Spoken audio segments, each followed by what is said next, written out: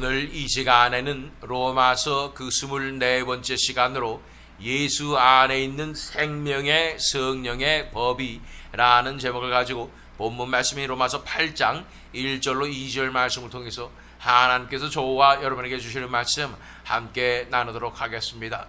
토요일마다 우리는 로마서를 묵상하고 있습니다. 이제 오늘부터는 8장을 묵상하게 되는 것입니다. 지난 시간에 살펴본 마지막 구절이 바로 로마서 7장 24절로 25절 말씀이었음을 기억하시지요? 나는 비참한 사람입니다. 누가 이 죽음의 몸에서 나를 건져주겠습니까?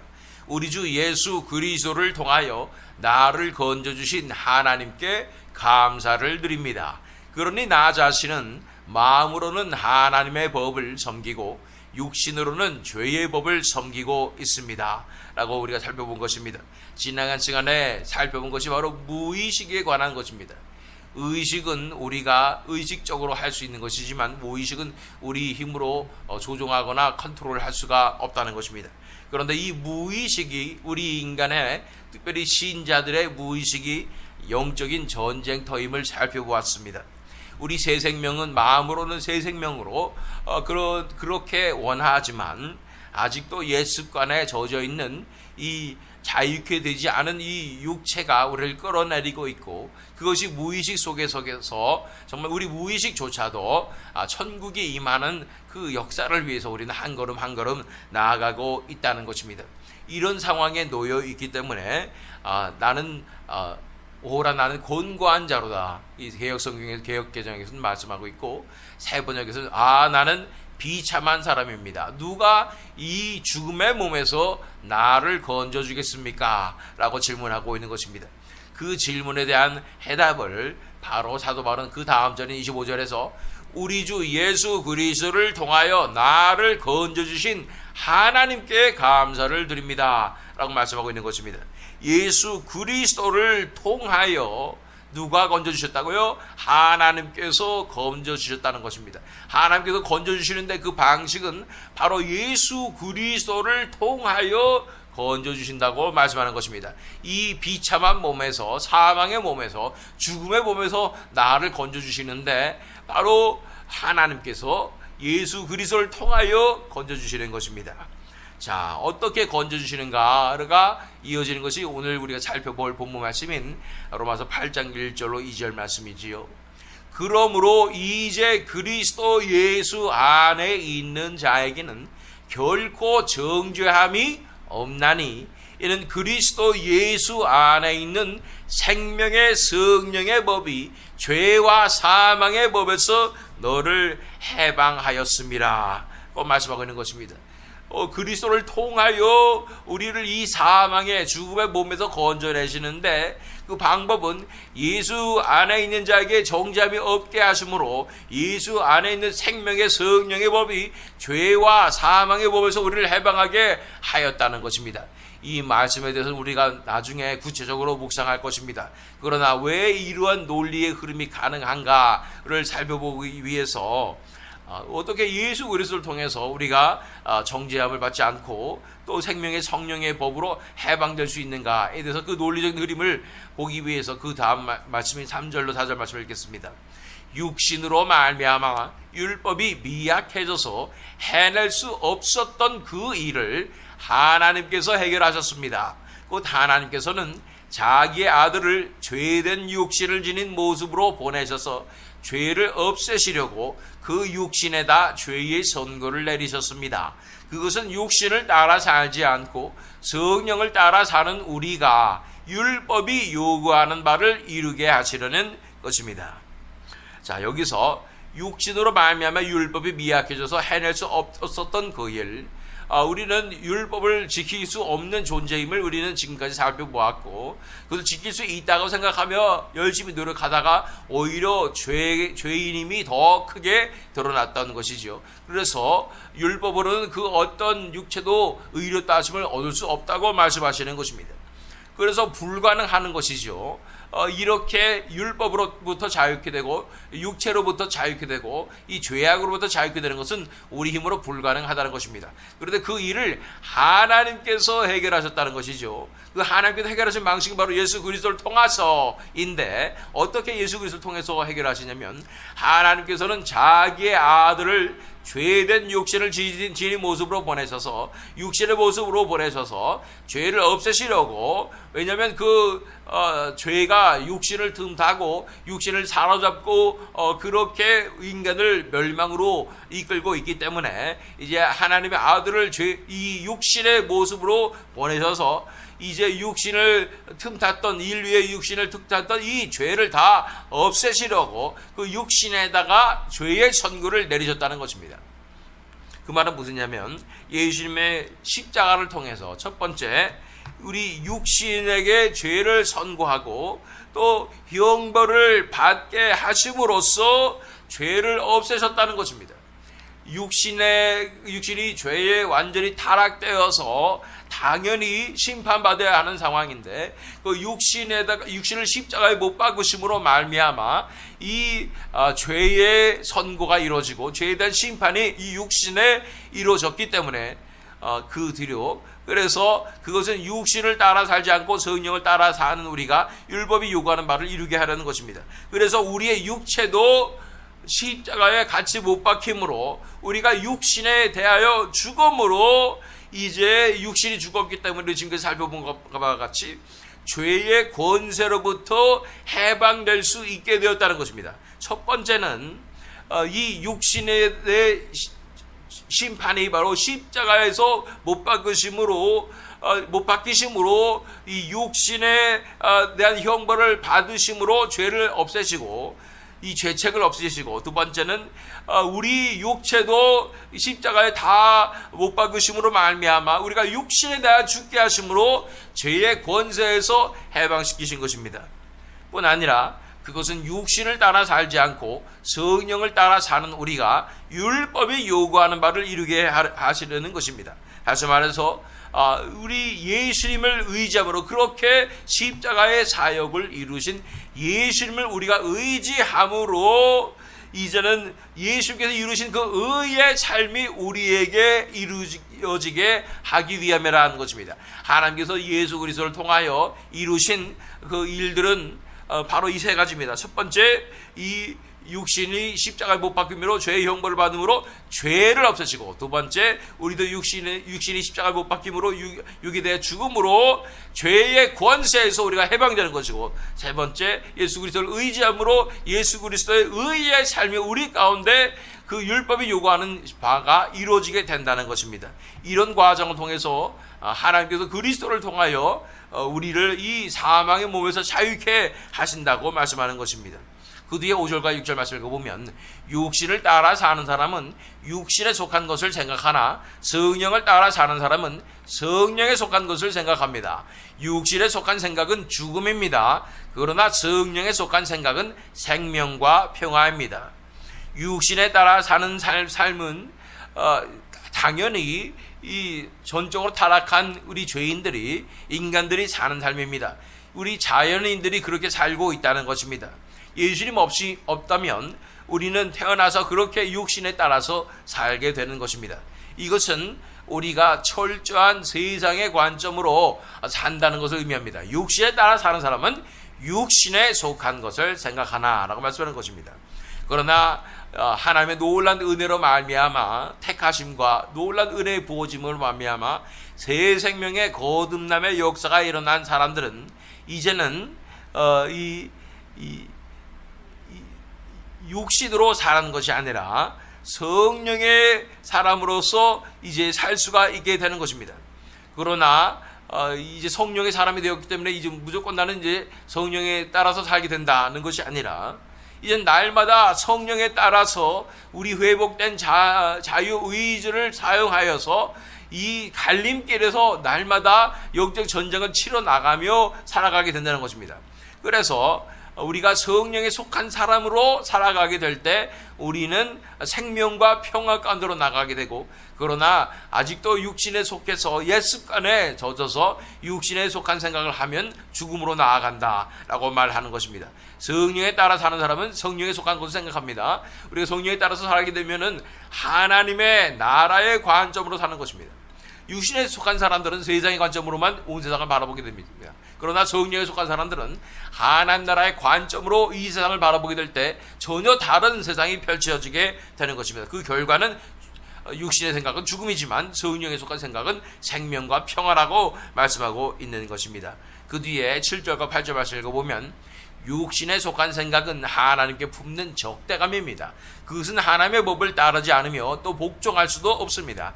육신에 매인 사람은 하나님을 기쁘게 해드릴 수 없습니다. 우리 자연인이 이 육신에 속한 사람들이라고 말하고, 그래서 육신에 속한 생각을 하게 된다고 말씀드렸는데, 이 육신에 속한 생각을 다른 말로 하면 세상적인 사고방식이라는 것이죠. 그래서 육신에 속한 생각을 하는 사람들은 첫 번째 특징이 있는데 하나님을 대적하는 것입니다. 하나님께 품는 적대감이라는 것입니다. 그래서 하나님을 싫어하고 또 하나님을 대적한다는 것입니다. 당연히 그렇기 때문에 하나님의 법을 따르지도 않고 하나님께 순종할 수도 없고 복종할 수도 없다는 것입니다. 그러므로 구원으로 나갈 수도 없고 하나님을 찾을 수도 없고 하나님을 만날 수도 없고 하나님의 은혜를 받을 수도 없는 상태라는 것입니다. 육신의 매인 사람은 하나님을 기쁘게 해드릴 수 없다고 말씀하는 것입니다. 그러나 9절과 10절 말씀을 읽어보면, 그러나 하나님의 영이 여러분 안에 살아계시면 여러분은 육신 안에 있지 않고 성령 안에 있습니다. 누구든지 그리스도의 영이 없으면 그리스도의 사람이 아닙니다. 또한 그리스도께서 여러분 안에 살아계시면 여러분의 몸은 죄 때문에 죽은 것이지만 영은 의 때문에 생명을 얻습니다. 그래서 이 하나님의 영이 첫 번째 새 생명으로 거듭난 사람들에게 주어지는 것이 세 가지가 있는데, 첫 번째는 하나님의 영이 주어진다고 말씀하는 것입니다. 하나님의 영이 여러분 안에 살아있으면 여러분 육신 안에 있지 않고 성령 안에 있습니다. 또 두 번째, 누구든지 그리스도의 영이 없으면 그리스도의 사람이 아닙니다. 또 두 번째는 그리스도의 영이라고 말하는 것입니다. 여기서 보면 하나님의 영이라고 했고 성령 안에 있습니다. 그리고 그리스도의 영이 없으면, 이 세 가지 다른 표현으로 표현된 이 분은 바로 성령님이십니다. 하나님의 영이 성령님이고 그리스도의 영이 성령님이고 성령님이 성령님이죠. 그래서 이 성령님께서 우리 안에 임하실 때에 이런 놀라운 역사가 일어나는 것입니다. 그런데 이 더 놀라운 사실은 또한 그리스도께서 여러분 안에 살아계시면 여러분의 몸은 죄 때문에 죽은 것이지만 영은 의 때문에 생명을 얻습니다 라고 말하고 있습니다. 그리스도께서 우리 안에 살아계신다는 것입니다. 우리에게 주어진 것은 새 생명이 주어진 것이지만 그때 성령님의 놀라운 역사가 일어나고 하나님의 영 그리스도 영의 역사가 일어나고 뿐 아니라 그리스도께서 우리 안에 사시는 것입니다. 잘 아시는 말씀 갈라디아서 2장 20절 말씀처럼 내가 그리스도와 함께 십자가에 못 박혔나니 그런즉 이제는 내가 사는 것이 아니요 오직 내 안에 그리스도께서 사시는 것이다 라는 놀라운 그 비밀의 역사가 일어나게 된다는 것입니다. 자, 그래서 11절 말씀으로 가면 예수를 죽은 사람들 가운데서 살리신 분의 영이 여러분 안에 살아계시면 그리스도를 죽은 사람들 가운데서 살리신 분께서 여러분 안에 계신 자기의 영으로 여러분의 죽을 몸도 살리실 것입니다. 우리 육신은 이미 죽었습니다. 우리 다시 10절 말씀을 보면 여러분의 몸은 죄 때문에 죽은 것이지만 그러나 새 생명으로 이 영을 받은 사람은 의 때문에 생명을 얻는다고 말씀하는 것입니다. 우리 육신이 이미 죽었다는 것이죠. 그런데 이 죽은 육신조차도 예수를 죽은 사람들 가운데서 살리신 분의 영이 여러분 안에 살아계시면 그리스도를 죽은 사람들 가운데서 살리신 분께서 여러분 안에 계신 자기의 영으로 여러분의 죽을 몸도 살리실 것입니다. 우리 몸조차도 죽은 이 몸조차도 다시 살아나게 되는 것입니다. 부활의 생명을 얻게 되는 것입니다. 이것이 전인격적인 구원을 이루시는 하나님의 놀라운 역사인 것입니다. 우리 죽은 육체까지도 이 부활의 영광스러운 몸을 입게 하시고 건져내시고 우리 영과 혼과 몸이 다 살아나서 생명으로 일어서서 영성으로 나가게 하시는 것이 하나님의 전인격적인 구원의 역사임을 우리는 바라보게 되는 것입니다. 오늘은 11절까지 묵상을 하게 됩니다. 본문 말씀인 로마서 8장 1절로 2절 말씀으로 가서 그러므로 이제 그리스도 예수 안에 있는 자에게는 결코 정죄함이 없나니 이는 그리스도 예수 안에 있는 생명의 성령의 법이 죄와 사망의 법에서 너를 해방하였습니다. 자, 그리스도 예수 안에 있는 자에게는 결코 정죄함이 없다고 말씀하고 있는 것입니다. 이 정죄함이 없다는 것이 무슨 뜻일까? 죄인이라고 정죄받지 않는다는 것입니다. 뿐 아니라 나아가서 의인이라고 인정을 받게 된다는 것입니다. 어떻게 이런 일이 가능할까요? 그러나 우리가 알아야 될 것은 여기에 조건이 있다는 것입니다. 이제 그리스도 예수 안에 있는 자에게는 예수님 안에 있어야 되는 것이고 예수님 안에 살아야 하는 것이고 예수님 안에 거하는 삶을 살아야 되는 것이고 나의 삶의 주인이 예수님이 되어야 된다는 것이고 그럴 때에 천국의 삶, 영적인 삶, 하나님 나라 차원의 삶, 하나님 나라의 사고방식, 이 천국 안에 거하는 예수 안에 거하는 십자가의 복음의 삶이 날마다 또 매 순간마다 내 삶 가운데 이루어지는 그 삶을 살아가게 될 때 그 엄청난 영적 전쟁의 이 치열한 삶을 살게 될 때 이러한 내 안에 결코 정죄함이 없는 진정한 은혜 가운데로 나아갈 수 있다는 것입니다. 이럴 때에 우리의 삶 가운데 변화가 일어나게 되는 것입니다. 새 생명이 부어지고 새 마음이 부어지고 새 생명의 이 놀란 역사가 이제는 시작되는 것입니다. 우리 예레미야 31장 33절로 34절 말씀을 있습니다. 그러나 그 시절이 지난 뒤에 내가 이스라엘 가문과 언약을 세울 것이니 나는 나의 율법을 그들의 마음속에 넣어주며 그들의 마음판에 새겨 기록하여 나는 그들의 하나님이 되고 그들은 나의 백성이 될 것이다. 나 주의 말이다. 내가 그들의 허물을 용서하고 그들의 죄를 다시는 기억하지 않겠다. 나 주의 말이다. 이제 그 시절이 지난 후에 하나님께서 이 놀란 은혜 언약을 이루시는 그 놀란 비밀을 이루실 때에 그것은 바로 예수 그리스도와 그의 십자가이었던 것입니다. 그럴 때 새 언약을 부어주시겠다고 말씀하신 것입니다. 그 새 언약은 이 하나님의 영이 부어지는 것입니다. 에스겔서에 있는 것처럼 새 영이 부어지고 새 마음이 부어지고 그리스도의 영이 부어지는 것입니다. 그래서 성령님이 오시고 예수 그리스도께서 주관하시는 그 삶이 시작되는 것입니다. 이런 삶에게는 결코 정죄함이 없습니다. 죄가 더 이상 능력을 발휘할 수 없는 그러한 죄로부터 자유케 된 삶임을 믿습니다. 그런 놀라운 역사가 일어나게 된다고 말씀하여 주시는 것입니다. 그러므로 이제 그리스도 예수 안에 있는 자에게는 결코 정죄함이 없나니 2절 말씀에 이는 그리스도 예수 안에 있는 생명의 성령의 법이 죄와 사망의 법에서 너를 해방하였습니다. 그 말씀하고 있는 것입니다. 이 두 가지의 법이 있습니다. 첫 번째는 생명의 성명의 법이 있고 두 번째는 죄와 사망의 법이 있다는 것입니다. 우리가 가졌던 옛 언약은 죄와 사망의 법에 얽매여 있었던 율법주의였다는 것을 우리는 바라봅니다. 그런데 우리에게 새 법이 주어지는데 새 언약이 주어지는데 그것은 예수 그리스도 안에 있다는 것입니다. 우리가 예수 그리스도 안에 있는 자에게는 결코 정죄함이 없는데 그래서 예수 안에 있는 생명의 성령의 법이 예수 그리스도께서 누리고 계셨던 예수 그리스도께서 날마다 천국의 삶을 살고 있었던 하나님 나라 차원의 그 생명의 성령의 법이 우리 안에 우리가 예수 안에 거하게 될 때 우리에게 주어져서 그 생명의 성령의 법이 죄와 사망의 법에서 우리를 자유케 하는 것입니다. 이 새 언약 예수님께서 누리셨던 그 새 언약 그래서 우리가 예수 안에 거할 때 예수 안에 있을 때 우리도 누리게 되는 이 새 언약은 우리에게 새 마음이 주어지는 것이고 새 생명이 주어지는 것이고 이 성령님 그리스도가 우리 안에 부어지게 되는 것입니다.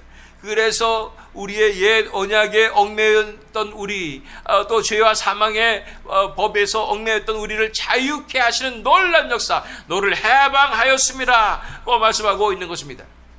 그렇습니다. 옛 언약과 새 언약의 결정적인 차이가 있다면 바로 자유케 함인 것입니다. 옛 언약은 얽매는 것이었다면 새 언약은 자유케 하는 것입니다. 해방하는 것입니다. 이런 의미에서 신학의 조리 중에 하나가 예전에 해방신학이라는 것이 있었고 지금도 많은 사람들이 그런 것을 보고 있습니다.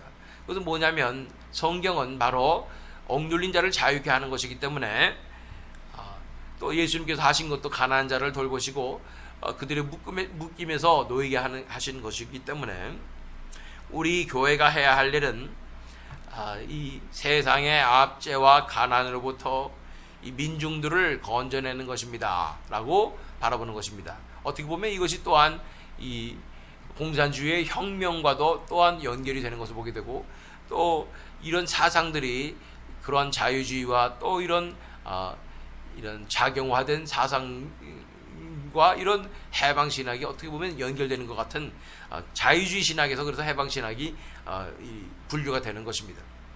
이렇게 민중들을 자유케 해야 합니다라는 그러한 측면의 해방신학이 아니라 진정한 해방신학이 우리 이 시대에 회복되어야 되는 줄 믿습니다. 진정한 해방신학은 구원의 신학인데 그것은 우리를 죄와 사망과 사탄의 권세로부터 건져내시는 그 놀라운 구원의 역사라는 것입니다. 그래서 그들의 육체적인 억눌림과 매임이 아니라 그들의 영적인 눌림과 매임으로부터 자유케 하시는 진정한 회방의 역사가 일어나야 하는 줄 믿습니다. 물론 하나님께서 이 세상에서 억눌린 자들, 무시받는 자들, 가난한 자들, 고아 과부들을 돌보시는 분이 하나님이십니다. 또 하나님께서 이루시는 하나님의 나라에서는 반드시 그러한 정의의 역사가 일어나게 될 줄로 믿습니다. 그러나 그것에 멈춰서는 안 되는 것입니다. 그들의 가장 근본적인 문제는 그들이 이 세상 관점으로 얽매였다는 것도 문제이겠지만 하나님 나라의 관점으로 죄와 사망과 이 어둠의 권세 가운데 사탄의 권세 가운데 얽매였다는 것이 가장 근본적이고 중요한 문제임을 우리가 바라보게 되는 것입니다. 그렇기 때문에 이러한 그리스도 예수 안에 있는 생명의 성령이 왜 생명의 성령의 법일까요? 영생이 그 안에 있기 때문인 것입니다. 예수님께서 그 신적인 그 생명으로 살아가고 있었고 그 영생을 누리고 있었다는 것입니다. 그 영생으로 자유케 되는 놀라운 역사가 일어날 뿐 아니라 그 생명의 성령의 법이 죄와 사망의 법으로부터 우리를 자유케 하시는 놀라운 역사가 일어나게 된다고 말씀하는 것입니다. 이제 믿음으로 하루하루 살아가기를 원합니다. 우리 안에 이렇게 자유케 하시는 복음의 역사가 시작되었음을 바라보시기를 바랍니다. 내 마음 가운데 이미 착한 일을 시작하셨기 때문에 이제는 이 엄청난 영적 전쟁을 거쳐서 내 무의식의 세계마저도 천국의 관점으로 돌아서며 더 이상 세상의 관점으로 살지 않고 세상의 생각, 육신의 생각으로 살지 않고 영의 생각으로 하나님 나라의 관점으로 일어서서 내 삶 전체가 이제 하나님의 나라의 삶으로 변화되는 그 놀라운 역사가 이미 시작될 줄로 믿습니다. 시작되고 이제 변화가 나타나고 완성되게 될 줄로 믿습니다. 우리를 지긋지긋하게 사로잡고 있었던 이 세상의 사고방식, 그 세뇌로부터 벗어나는 역사가 일어나게 될 줄로 믿습니다. 이 세상의 현실만이 현실이라고 우리를 사로잡으며 우리에게 모자창을 씌워서 다른 것 위를 바라보지도 못하게 했던 이 모든 공격으로부터 벗어나서 이제 우리 눈이 열려서 진정한 현실, 하나님 나라의 현실로 나아가며 하나님 나라의 사고방식으로 일어서는 진정한 자유함의 역사가 우리 삶 가운데 일어나야 하는 줄로 믿습니다. 이제 이 로마서 본문 말씀 로마서 8장 1절과 2절 말씀에 그러므로 이제 그리스도 예수 안에 있는 자에게는 결코 정죄함이 없나니 이는 그리스도 예수 안에 있는 생명의 성령의 법이 죄와 사망의 법에서 너를 해방하였습니다. 이런 진정한 자유함의 역사가 우리 삶 가운데 일어나야 되는 줄로 믿습니다. 마지막으로 요한복음 8장 31절로 32절 말씀을 읽겠습니다. 예수께서 자기를 믿은 유대 사람들에게 말씀하셨다. 너희가 나의 말에 머물러 있으면 너희는 참으로 나의 제자들이라. 그리고 너희는 진리를 알게 될 것이며 진리가 너희를 자유롭게 할 것이다. 진리는 하나님의 말씀입니다. 진리는 십자가의 복음입니다. 진리는 하나님의 나라의 관점입니다. 이런 천국의 사고방식입니다. 그러므로 이 천국의 사고방식이 더 이상 나의 디폴트, 나의 기본 이제는 세상의 사고방식이 나의 디폴트가 되는 것이 아니라 천국의 사고방식이 내 디폴트, 내 기본값이 되어서 나는 당연히 천국의 사고방식으로, 천국의 관점으로 내 일상을 매일매일 살아가는 그런 놀라운 역사가 일어나서 하나님 나라의 관점으로 천국을 누리는 진정한 자유민으로 살게 되는 저와 여러분 되시기를, 또한 이 새믿음 장로교회 되기를 예수 그리스도의 이름으로 축원합니다.